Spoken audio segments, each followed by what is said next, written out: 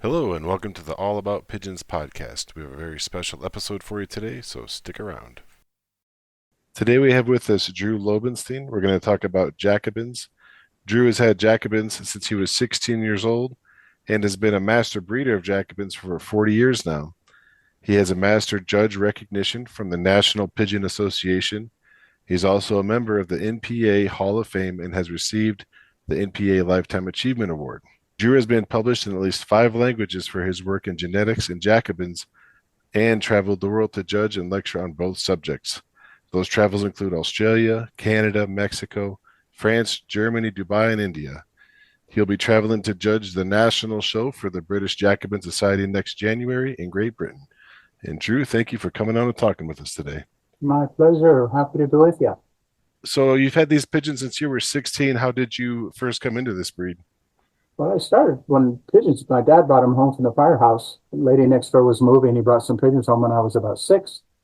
And from there, I had all kinds of pigeons up until the time I was in junior high school, I think maybe 12 years old, when I saw my first Jacobin, a pair of Jacobins, and they were at the loft of George Nuremberg, who lived in North Hollywood. George was quite a salesman. At that time, he was president of the Los Angeles Pigeon Club. But he signed me up, remember, but I saw those Jacobins and I fell in love with them. I asked him how much they were, and he said, well, those are $35 a pair. 12-year-old kid, I looked at that like it was $1 million. There's no way I was going to be able to afford that. And so by the time 3 or 4 years later, by the time I was 16, I was able to get a pair of red Jacobins from one of the local breeders by the name of Lud Brown. Lud Brown had fantails and Jacobins as well. And then Harry Alexander, my good friend, lived about a block away. And the two of us, both kids, were early 15. He was 15, I was 16. And between us and Lud Brown and about 5 or 6 other local breeders who had been part of the Pacific Jacobin Club, we reconstituted the place, and the Pacific Jacobin Club became the center of attention for the whole Western United States. And then we hooked up with the Central Jacobin Club and the secretary, Bob Regal, who was also the secretary of the American Pigeon Club at the time. So 16 years of age, I started with Jacobins, and then the club all came to fruition. And Harry Alexander, my good friend, and I, we had each other to bounce stuff off of. He was quite the Jacobin fancier. In fact, he wrote the book. Harry wrote a book called The Jacobin Handbook for the New Fancier. If you try to get it, it's out of print these days, but I think there are about 200 copies made.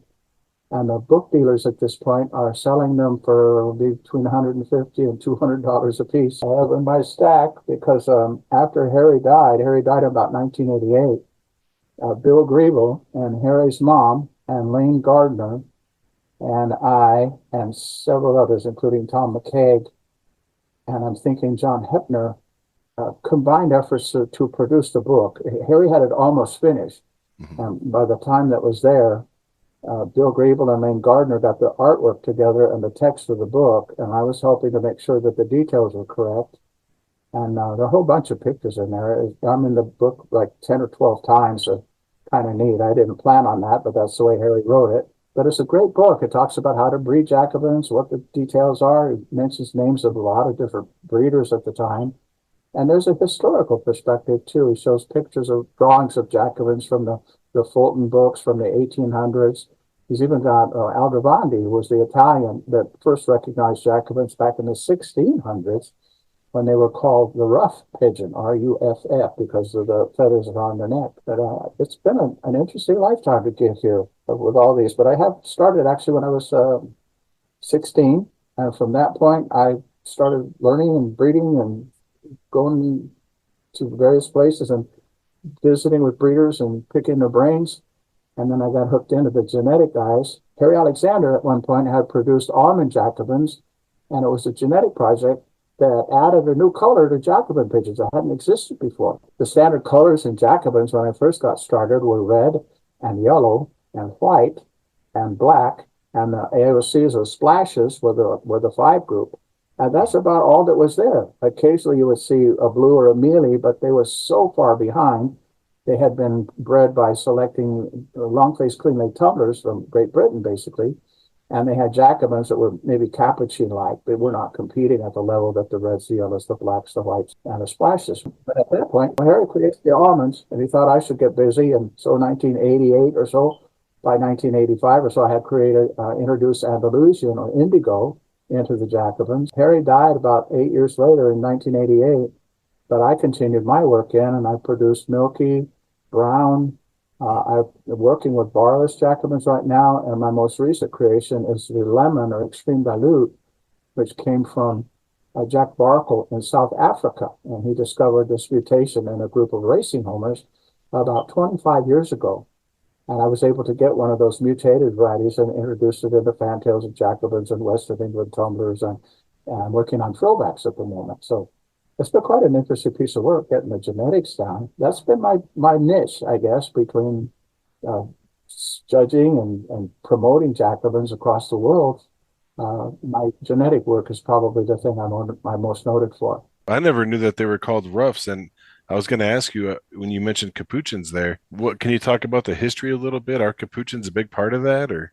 No, they're totally separate breeds. Oh, really? Wow. The Jacobin history, Aldrovandi, the 1600 version, recognizes them in his book, and it's in Italian, obviously. But the story goes, if you go to Wikipedia, Wikipedia will say that the Jacobins began in India sometime about the 1500s. But the story goes back even further than that, because Marco Polo went to India in the 1200s. In the late 1200s, Marco Polo was bringing back pigeons from India that were alive and well at that time, included breeds like Lahores, Moldinas, Strassers, and things like that. But the Jacobins allegedly began in India, and the Indian fantail as well. The story that Marco Polo brought them into Europe, and because they ended up in Scotland, basically, several hundred years, the birds were developed in Scotland, and Scotland had the best Jacobins on the planet up until the early mid-1930s, when they were imported to the United States by several other breeders. There's some work done by Vern Bale, who had died just before I got involved with the Jacobins. But Vern Bale owned a motel in Illinois, in Peoria. He had probably the best Jacobins within the United States at that time. And he had a cohort by the name of Roy Bogue, who was in Canada, in a place, London, Ontario. Paul McNorgan and Roy Bogue, both there in London, Ontario, were the two Canadians, and they were both part of the Canadian Jacobin Club in the early 1900s, by 1930s and 1940s and 50s. They started the Central Jacobin Club. The Canadian Jacobin Club was at work. But Louis Christner in Bay City, Michigan, was part of the organization of that Central Jacobin Club, which met in the central United States. And they used to be the biggest supporter, and they would hold the biggest shows in the country. I visited Mr. Bogue in 1963. My parents took a ride across the United States. And when I visited with Roy Bogue, who lived in London, Ontario, there had been a fire at his house probably 2 years before. There was a barn, and there was huge pigeon lofts, and there was like a dog kennel. The barn was about half burned down, and the pigeon coop that was there had about fly pens.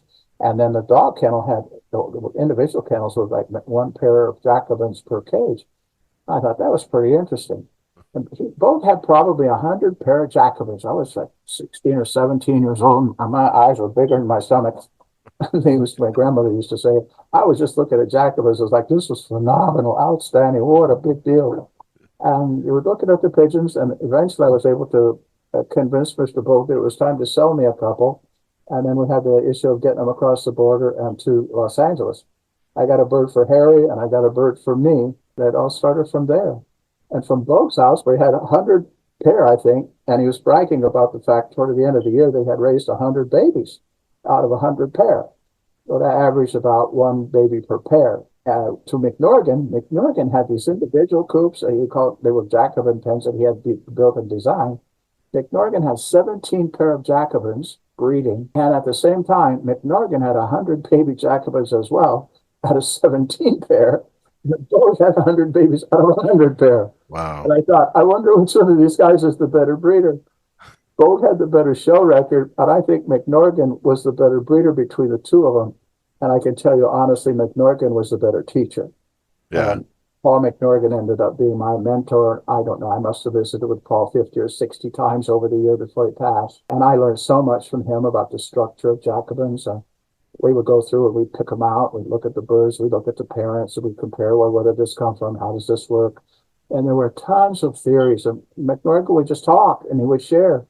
And at some point in the process, there was Doc Lawson up in Northern California, Napa, Harry and me, and Paul. And we'd get a tape recorder, and Paul would start it, and he would be sitting in the pigeon pen, and you could hear the birds flapping their wings behind him, and cooing and that sort of thing. And Paul would sit there, and he'd think about it, and he would bring up some subject, and he would talk about it, and put it on tape.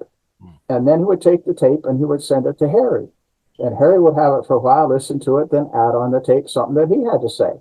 And then he would send it to Doc Lawson, and Doc Lawson would hear it and add on and send it to me. And I would listen and pass it on, and I pass it on to Paul. After Paul McNorgan died, I have about 5 or 6 of those tapes. And on the tape is Bill Lawson, Harry Alexander, me, and my mentor, Paul McNorgan. And we're talking about all kinds of different things related to Jack. And that's my instruction that I came. But Paul McNorgan and Louis Christner later, really important to my Jacobin life. And master breeders that are alive today, John Mankia, Ron Davis in Oklahoma City, and Jim Ecker, and then Clint Robertson, of course, in Manitoba, and Bill Satcher also in Manitoba. But we're all friends. We've got maybe 40, 50 years now of friendship with these guys that share the same passion. But they're all good people. We talk to each other maybe weekly or at least monthly. And we just keep in touch. We see how each other doing and what the issues are. And when we get together, the conversations get really good. All kinds of great details happen when we get together. It's kind of fun. So you were saying that the one guy had 100 pair and he had Yes. 100 birds and the other guy only had 17, got the same number. Do you think that had something to do, like, do these require some kind of special loft setup or perches or nest bowls, or what's the best way to accommodate these birds with the loft? My observation, I think, at 17 years old was husbandry. The care and feeding of the birds was totally different. I watched Roy Bogue take I don't know, it was like a watering can for water. Mm-hmm. And I watched him go pour the water into dishes that were out in the fly pens. And there was grain growing around the water dishes. Oh, It was like, plants of grain. There was grain all over the place. It wasn't dry. That was wet, grain right around the water containers. I don't know that the water containers were ever cleaned. We just come by and he'd add more water to it. The feeding was like, I think the birds got overfed. There were mice present at times. I could smell the mice. Oh, yeah. But Bogue, listen, he was talking to me at that moment, and I just, boy, you have a great record. He says, oh, yeah. Out of 15 years, he said, 15 years, I won a championship 13 times. This was at the Central Jacobin Club meets. And I said, whoa. I said, what happened to the other 2? He says, those were the 2 times I judged. And I went, oh, wow. So out of these times, the Bogue had all these wonderful 15 years, and 13 of them he won grand champion, and the 2 other ones he didn't when he was judging. But McNorgan had individual pens. It was a pen that had like 2 by 2 by 2, so it's a cube. And then it had a door going out, and there was a wire run on the outside of it, the same size as the one on the inside. 1 by 1 wire so that the stuff would fall through it. But he would water the birds and feed the birds in clean cups, and they got new water every day, and the cups were cleaned every day. Yeah. And the feed went in with other cups, and there was grit and food and water in front of the birds, and that water got changed every day. And sometimes there'd be vitamins in it. Occasionally, Bogue would use cod liver oil or something like that before the show season, and we'd give cod liver oil pills to the birds, and they would get this kind of extra shine or bloom to them. But the basic feed included corn, Canadian peas, kaffir, or what you call sorghum, and if you listen to the guys that are selling stocks and bonds, and wheat. So the 4 basic grains then were the feed that those birds ate all those years ago, and it was just 4 basic feed, 4 basic grains the whole time. And more corn during the winter because it helped them keep warm. Are there any kind of specific health issues that would arise with this breed? No different things that would normally appear with any other breed. Jacobin's attitude, whatever, they've been bred for this huge feather formation. In the genetics, I found how they're structured, but there's 3 basic parts to the hood on a Jacobin. One is the interior crest like you would have on a helmet. The second piece of work is what they call the shell, which if you look at a Bocard trumpeter, that's laid back and is down into the neck.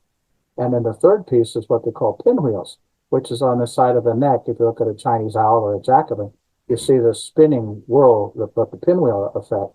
So the pinwheel, the internal crest and the shell crest are big and selectively bred for the, you get all those parts big and together, is the basic formation that makes a Jacobin hood formation. In the process of that, you can have genetics, but they're aggressive. They didn't have small cool thing. They have, if you raise powders, for instance, if you raise Norris croppers or Warburg shield croppers or pygmy powders or Bruners, those birds are interactive birds. They're real sweet and really tame and real calm, and they basically interact with you. They'll be super tame. They might land on your shoulder, but those breeders talk to their pigeons, and in the shows, you'll hear the judges go, ooh, wah, ooh, wah, ooh, and the birds will dance in front of them. Right. Jacobins don't do that. Jacobins are more stallion-like. They put in there, they're bold, and they're ready to go. There's like an edge to them that is required for them to, be good specimens. But their attitude is a little bit more aggressive. In fact, Louis Christa one time referred to them as pugnacious. He said, those guys are boxers and fighters. They'll tear you apart. And sometimes the aggressive birds will, what they call scalp each other.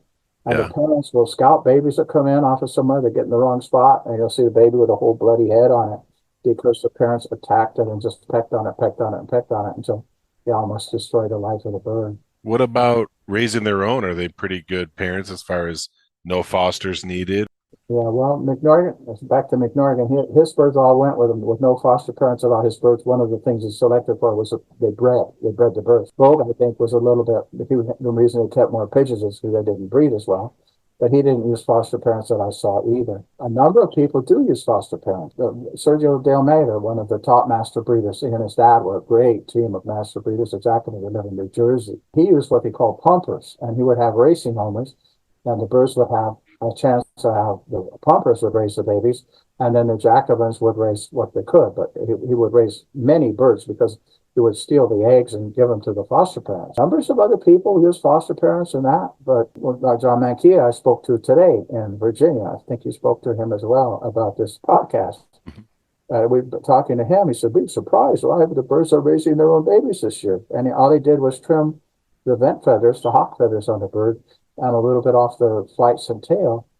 And some of the guys like Christa used to cut all the fronts off of them too with the whole chain part. So it would open them up. They looked like tumblers. They just, skin the bird down so that they could breed easy enough. There is that issue with the, fluffy feathers. And I generally trim the feathers off of the hawk feathers and below the vent. And then I'll trim 2 or 3 inches off of the tail and the flight feathers so that they don't knock things around as much. And I have better success with that. I don't cut the fronts off of them because I like to look at the Jacobins as if they're actually still a Jacobin. Right. But some of the better breeders that live in the areas where it snows, they'll put the birds out, and those birds go through a molt, and they'll drop all those cut feathers, and they'll bring in the feathers that are not cut. And pigeons, Jacobins particularly, go through a really good molt about every other year. So if they have in their baby feather, they look really good. Generally, as yearlings, they don't. But as a second year, then they look really good again. Or if the baby fur is not as good, their yearling feathers might be just super. And then the following year, they don't look as good. And then the third year, they look back to the bloom again. It's an interesting thing after having them had been for so long. There are a whole bunch of things that are specific to the birds that you have. Raising them, caring for them, they can raise their own babies. But I would say if you're a kid and you're starting out, start off with birds that breed so you can get the husbandry right. Yeah. So that you can watch them and see the babies hatch. The eggs are laid, they're fertile, they hatch, they grow into babies, and the babies grow into mature, and then they go through the molt, and they go through the teenage stage, they start putting body weight on, and then you can interact with them. Once you get that process down and you see how it works, then try other stuff. Get something decent. The English trumpeters right now are really popular. I think you spoke to Bob Nolan recently. Those guys are just phenomenal, and they breed really well. They're very, very dependable breeding stock. Fantails are good breeders. Jacobins, yes and no. It depends on the individual birds that you get. But if you select for their breeding stock, like Paul McNorgan did, you'll breed birds that breed. Think of Charles Darwin. They produce what they are. And if they're good breeders, they'll produce more good breeders. If they're terrible breeders, they won't produce birds that do very well. So what a surprise. But that's how this whole thing works. That's such a common thread too. The little hidden secret to all the successes. It's just general, like you said, animal husbandry. uh, clean water, dry environment. There's a guy in Pennsylvania, Pittsburgh area, by the name of Bob McKee. Bob McKee writes in genetic words. He's such an intelligent guy, and he speaks on a plainer level. It's a bit above most people. They don't understand what he has to say a lot. But I'm on the language. I speak to him really well. We had a great admiration for each other. But he probably gave out more information about how to keep and care for pigeons and disinfecting them and keeping them and all the different things you have to do to keep your birds healthy. And he's one of the best I ever met. And he really is good at that husbandry part of the pigeon raising business. And those are good things to know. But the Yeah. Jacobins, you keep the fewer you keep in the pen, the better off you are, because they tend to battle with each other. They'll fight. The cockbirds in the pen, they'll pick each other and they'll fight until they look raggedy. And so, when they go into the molt and you first have a molt, a lot of the showbirds will be in individual cages so that they don't have access to pick and fight with each other. So they might be in the breeding cages and the cockbirds will be okay. Hens might be in open pens because they're not as aggressive and they won't beat up on each other. But the cockbirds will watch out. The ones in the cold, like in Southern California, we don't have here would it snowed twice in the last 50 years. So it was a total accident. It'll get cold sometimes at night, but if you go into the Midwest or up in the northern part of the United States or definitely into Canada, where it snows and you have a full winter where there's this super cold for periods of time, the birds end up keeping warm instead of fighting. So here in Southern California, those of us that's warm all the time, we don't really have a winter. Those birds tend to pick and fight on each other, even though the days go shorter. And that's just part of the idea about what the location is and what the conditions of the weather are where you're breeding and the location where you live. So you've traveled all over the world with this. Does it seem like the Jacobin breed is more popular in one country specifically, or is it kind of the same all everywhere you go? It's significant. Years ago, it didn't used to be as good outside the United States. Just in Scotland and Great Britain had pretty good birds, and those came to North America in the 1930s. By the 1940s, it was still breeding. 1950s, the birds were improving a little bit.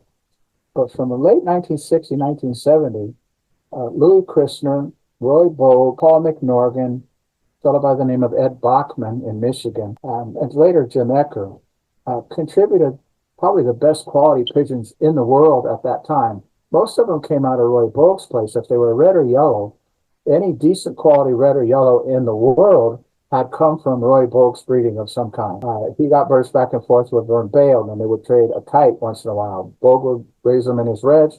There's a kite. He'd raise a red kite, and he'd send it to Vern Bale, who would use it in his blacks. And Bale would raise a kite out of his blacks and send it back to Bogue, and Bogue would use it in his reds. So that kite business trapped back and forth across. But Christner got birds from Bogue, and he got birds from McNorgan. Bachman got birds from Bogue and birds from McNorgan. So in the history of the Jacobins, at least in North America, and then I'll talk about how they expanded over the rest of the world. But if you have a family of reds and yellows, they likely can be traced back to Roy Bogue. If you have a family that's of black or white, those can all be traced back to Paul McNorgan or Louis Christner or Bachman. But Christner and Bachman got their birds from McNorgan and Bogue. So of those four people in the Michigan, Canada area, London, they produced the greatest Jacobins in the world at that time. Later on, some of those birds got spread around. Mr. Bogue died in about 1975. Paul McNorgan lasted to early 1980s, mid-1980s. And his birds, I was there with Paul right before he moved out of his home to a hospice place and basically responsible for distributing his Jacobins across the world. It was a sad yet a joyous time for both of us. But those birds went out, Bachman, Christner, they're both gone as well now. But the Jacobins in the country were phenomenal in the U.S. Late 1980 or mid-1990s, a fellow by the name of Abraham Shaji was basically a resident of Bahrain, a little island company in the Persian Gulf. He came to the United States and he went from loft to loft with a video camera. And so he went to McNorgan, he went to Christner, he went to Ecker, he went to John Kirchner in Pennsylvania, he went to Sergio's place, he came to see me, he went to Ron Davis in Texas, and he posted these interviews with us. He looked at our lofts, looked at our birds, and got it all down on videotape, and then produced this tape of Jacobins of all the major master breeders in the country at the same time. So Oh this wow. tape was just phenomenal. I have a copy of it somewhere. It's like now 30 years old or so, but that was a seminal part. That tape also went across to the Middle East. The guys in Saudi Arabia saw it, in Kuwait they saw it, and they started going, we got to have some of these birds. And so they started the Middle East, and man, they bombarded us. Every bird in the place got sold. Some of them went to Saudi Arabia, some of them to Kuwait, some of them to Bahrain, and they were busy shipping those birds all over the world. Australia got in the mix of it. I had birds go to Australia too. Brian Frost got birds from me maybe 30 years ago or so. And Brian Frost, master breeder Jacobins, he won grand champion in Australia about, I don't know, 13 or 15 years in a row, like Vogue. But those birds all came back to, related to stuff that he had gotten from me, picked them out himself when he came to the house. It was kind of a neat time. A lot of guys ended up selling their really good birds. They don't have the great birds to breed from, but they got all this cash for, selling these birds overseas. I didn't do it that way. I sold every bird that I could spare, but I kept all the best ones that I knew were going to breed from me. There you But go. it was a great, I would say, calling opportunity. But there was absolutely no way that I didn't keep but the best 4 or 5 pair in any particular color because all the rest of them were sold. And my life just got incredibly better for about 5 or 6 years. And it was just a wonderful experience. Abraham Shadi, though, was also a dealer of pigeons, not only Jacobins, but he was purchasing and buying and gathering up Modinas and Comorner tumblers, English trumpeters, English carriers, all kinds of different breeds of pigeons. And they all went over to the Middle East. And then in the last 10 years or so, those birds have gone from the Middle East into India, Bangladesh, and Pakistan. And when Bob Nolan and I went to India several years ago, 2019, I think it's about 4 or 5 years ago now, some of the best birds in the world were there at the show we got to judge. Jacobins are outstanding quality. The Lahores, best I've ever seen. Indian fantails, best I've ever seen. There were powders and croppers and homers and different varieties of birds. Zitterals, I see. They're not a common breed, but the best ones I've ever laid eyes on were there in India. How in the world does this happen? But the great Jacobins, Jim Ecker and I had this conversation maybe a month or so ago. But the pigeons that are now expendable, the sale birds, are better quality than our champions were, 20 years ago and 30 years ago. Yeah. Grand champion here would be a sale bird if you were still doing it. And like, whoa, has the quality improved? Clint Robertson, I think, and Sergio De Almeida get credit for that here in North America. And all the birds that went from them overseas, and Ecker too, Jim Ecker, he's got some great pigeons. And Ron Davis as well. Is there any national or international clubs for the Jacobin breed here in the There's States? no international club, but in the Europeans, the French and the Germans, and the Brits and the Belgians, and Scots and the Irish, we all use the same standard. Oh, really? Okay. John Mankia and I went to France, 5 years ago or so. We're looking at pigeons, and everybody recognizes the same great birds. So the judges there are looking for virtually the same things we are here. So you put a good one up and rank them. It was easy to see the great Jacobins out of there, no matter where they came from. Australia, great pigeons there. Great Britain, guys in Ireland, a fellow by the name of Jim McGarrigle. Wonderful pigeons. And there's 2 or 3 other guys there that compete with him. They're just phenomenal breeders of pigeons. There's a fellow in Great Britain, which I'll go see in January, Finley By. And he got a hold of some brown Jacobins that, I'm thinking from some of the stuff that I had created. Nick Smith is there. Numbers of others, really outstanding judges and evaluators of pigeons. But great Jacobin quality. A fellow by the name of Ahmed Aliani is in Saudi Arabia. He's one of the best of us all. Just fabulous. And there's a fellow in Bahrain that is still wonderful on that list. About 4 or 5 of them in Bahrain that are all great master breeders of pigeons. But there's one by the name of Tariq Aziz that is particularly well known. He's got a magic touch with his Jacobins. And my friend I've judged with guys in India. Numbers of people, they're promoters of pigeons, and we share and we talk. I get emails from guys in Pakistan particularly, or Bangladesh or India. And I'm just on the telephone or Zoom meetings or something with the guys all the time, talking about pigeons and how to prepare them for the show. what to feed them, and what are the details of what gets sick or what kinds of things can go wrong, and then how to treat those things so that you don't lose the birds. Well, can you give us a little breakdown on what you would do for preparing a Jacobin for a show? Sure. Yeah, Jacobins, when they get ready, but they have to be completely molted. That's the first part. First of all, you have a quality pigeon. That's to start. And there's all kinds of varieties. You have smaller birds that have thicker, fuller feather, and you have bigger birds that maybe have more to do. But the bigger the birds are, the tougher they are to get ready for the show. Because the bigger birds have to be really perfect, and that's not easy. But you get the birds together, you want to make sure they have proper feed and clean food and clean water. And sometimes you give them electrolytes and that sort of thing. But they need to be in a space where they can't fight. So when they go through the molt, make sure they don't have any bugs on them. You debug them and deworm them if you're in one of those places that you have issues with parasites. But get rid of the bugs, get rid of the additional threatening stuff. And you want to make sure that they're on thick wood shavings, pine shavings better. Cedar shavings people use sometimes, but the odor or the pine stuff that comes from it, the cedars, is not healthy for the animal. So you want to use pine rather than cedar. Other people might use clay or kitty litter or corn cobs or that sort of thing. It just needs to be so when there's manure in the pen that it has a place to dry so that it doesn't get on their feathers while they're molting, so they're super clean. And then in that process, you want to maybe get a spray bottle of water. If you could put bath pans out for them, if they'll bathe, that's terrific. Otherwise, I use just a spray bottle with like a mister, and I'll pick the bird up in my left hand, and I'll face it to myself, but I'll spray a cloud of water, cold water particularly, on the bird.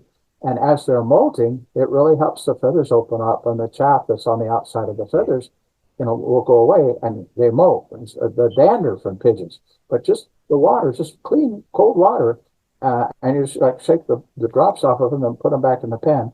And as long as they're on dry shavings, the droppings and the water will get soaked up in the shavings. The birds will stay clean. Eventually, you want to take them out and put them in a judging pen so that the judging pen is familiar to them. It's a comfortable space for them. You don't want birds that have never been there and they're looking around wondering where they are. They head for the corners or they squat down. They call those crouchers. If you go to the ground, you want the bird to stand up and show, and that has to be bred into them or conditioned into them. Yeah. So the good birds are finished with their molt. They have all the parts there. You can set them in the cage. They're clean, freshly molted, and they will stand there and perform for the judge. That's kind of where it goes. But make sure they're trained and they have spent time in the judging pens so that they're familiar with that. It's not a place, they're not looking around wondering where they are. It's a place that they have actual familiarity with, and they'll perform. And it's really a neat things to watch. But most of those things can be bred into your pigeons. They can either be bred in or bred out. And that all happens in genetics. The book that your friend Harry wrote, are there any other books on Jacobins that you would recommend to a Jacobin breeder? Yes, yeah, there's a German book, and I'm just forgetting the name, but Perukatauben is what it comes out in German, but Perukatauben is Jacobin, German. There's a book in French, they call them, in French, they call them capuchins. This is kind of interesting political role. Back in the 1800s, there were monks in France called Jacobin monks, and what they had these, they wear a hoodie, like a sweatshirt with a hood, Mm-hmm. and they were part of the political activists. They were super active in politics in France. And so the Jacobin monks that were busy, making all kinds of noise, they were either liked or disliked, but they were a strong political force. And so these pigeons that looked like with the head formations closed up in these feathers, they referred to them as Jacobins. And it's funny to see, but in France, instead of calling them Jacobins, they're interested in the political arena, they refer to the Jacobins as Capuchin. And so it's like the Capuchin Club is basically a Jacobin club, but the French are the only ones that don't call them Jacobins, and that's where the name came from. Oh, that's interesting. Pretty cool. Yeah. So the rest of us call them Jacobins. We don't call them Capuchin, because Capuchin refers to an entirely different breed of pigeon. Right. But I thought that was kind of funny that we got in that mode. Well, we're coming up against the clock here. Thanks for coming on and talking with us on Jacobins. I know we discussed having you come back on, and we're going to do an episode with color genetics. So that's perfect. I read Jacobins, and you talk about Jacobins and judging. Because of my speech background, I end up talking a lot of, it's more a performance when you're judging. But the judges of pigeons are also teachers. And so when you're looking at pigeons, if you're talking about what you see, the audience will be paying attention, and you can show them the very characteristics of the individual pigeons they're looking at, and they can see good stuff and bad stuff as you're pointed out. But the judge is an important interpreter for those new breeders, especially teaching. It's a great thing. It's really neat. So I appreciate being the subject today, and I enjoy talking to you. Thanks for being here. I really appreciate it. Thank you for listening to another episode of the All About Pigeons podcast. Please help the pigeon hobby by telling your fellow club members or other pigeon friends about the podcast, and make sure to take some time and leave a good review for the podcast wherever you do listen. If you have a topic or a person you want to hear more about on the podcast, just send an email over to allaboutpigeonspodcast@gmail.com, and thank you so much for listening.